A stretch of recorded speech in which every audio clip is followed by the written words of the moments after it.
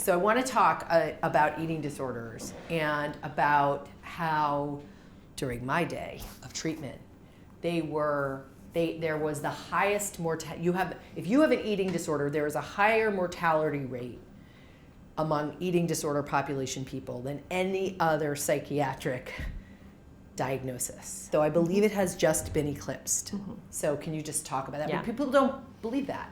I think every 54 minutes. I saw statistics on that this morning. One person every 54 minutes. So if I can just tell a short quip on that, that's, to me, underreported, because consider the person in the hospital who died of multi-organ failure.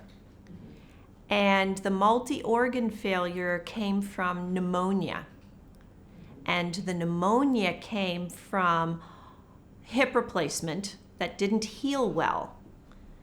And the hip replacement came from a fall down a flight of stairs. And the fall came because she hadn't had anything to eat or drink in 3 or 4 days. Now you tell me what the real culprit is. The death certificate is going to state multi-organ failure. But even when we talk about the high statistics of eating disorder deaths, they're not including the real reasons, because for the most part, they're not looking back far enough into the person's history. The largest percentage of deaths from eating disorders come by suicide. Yeah. I didn't know that. Yeah. Really? Mm-hmm. You look sad saying that. I am sad. There's no rewind. I mean, over the course of my history in treating eating disorders, I know way too many people where the news has made it back to me that people have taken their lives or died. Wow. As a clinician, I formed relationships with these people. It does bring up emotion. Yeah. Formed close relationships. Part of building rapport is, hey, I'm a person who puts on their pants one leg at a time too, and I get angry and sad too, and I can relate to, what's underneath the behaviors. Yeah.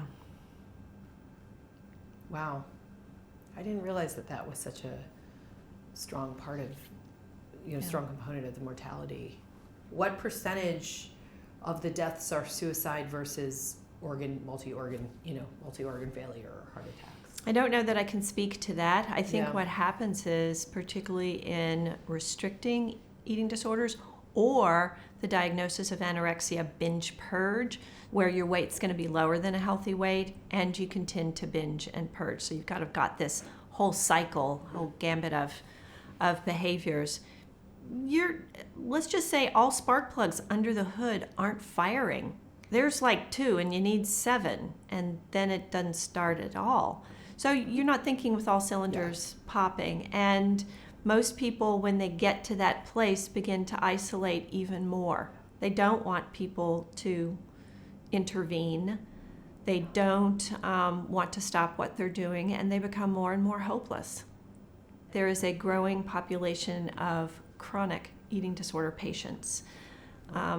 CED is the acronym for severe and enduring eating disorders, and it's on the heels of SEAN, we love acronyms, don't we, which stands for severe and enduring anorexia, which comprises the largest amount of people with CEDS, if that makes sense. And very often at that point, I think we need to take a look at harm reduction models and attention to addressing the medical consequences and, if possible, the psychological consequences. This is a psychiatric illness. You're saying the medical like for the person with the chronic eating disorder to... Right, because let's go back to the example where the person died of really an eating disorder instead of multi-organ failure.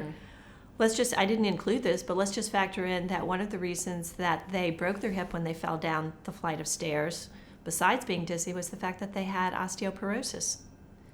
75% of your adult bone mass is built during your late adolescent, early adulthood years. And 90% of eating disorders are formed between 12 years old and 25 years old. So, just saying. Yeah. So, I think it's important to say that to people in terms of other than now opiate overdoses, at least in this country, right? I can't scare anybody out of an eating disorder because there is a dynamic of power and strength and control. I have often met people, they will list strength and self-discipline and power and control in the reinforcers because somehow to them it felt good not to need food. Now that had to come from lots of different contributing factors. Again, it goes back to, it's not about not wanting the food, it's not wanting to want the food. Yeah. So if I gain a sense of strength from that, it may increase in its influence over me because I am subsequently or simultaneously losing control and power over many other things. You know, that reminds me, because there's something I wanted to address, and I think it relates to what you're saying, which is the thing that I think is fascinating about eating disorders is that it is a direct attempt to try to control your biology. It's like trying to play God. And, you know, that's powerful. I mean, that's an attempt at power. That's a power, what is it called? Grab. It's a power grab. It's a power grab. Totally. But let's go underneath that, because that's where the therapy is. Why is that power grab so attractive to that person, historically or currently, or both? Well, this is the good question. Why do you, what do people... Oh, it totally depends. Well, because they feel a lack of power and control in other areas of their life. Perhaps they're micromanaged at work, and work is their life, and that's where they gather all of their esteem, albeit other esteem.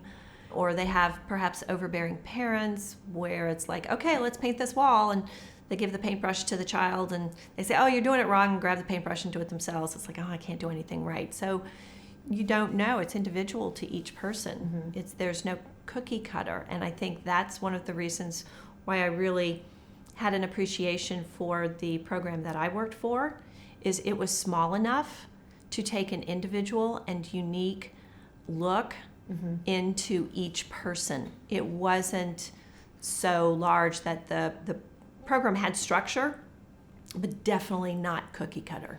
Yeah. Well, I remember each person had their own weird food things Behaviors. they did. I was like, wow, I thought mine was weird, but yours is also pretty damn weird.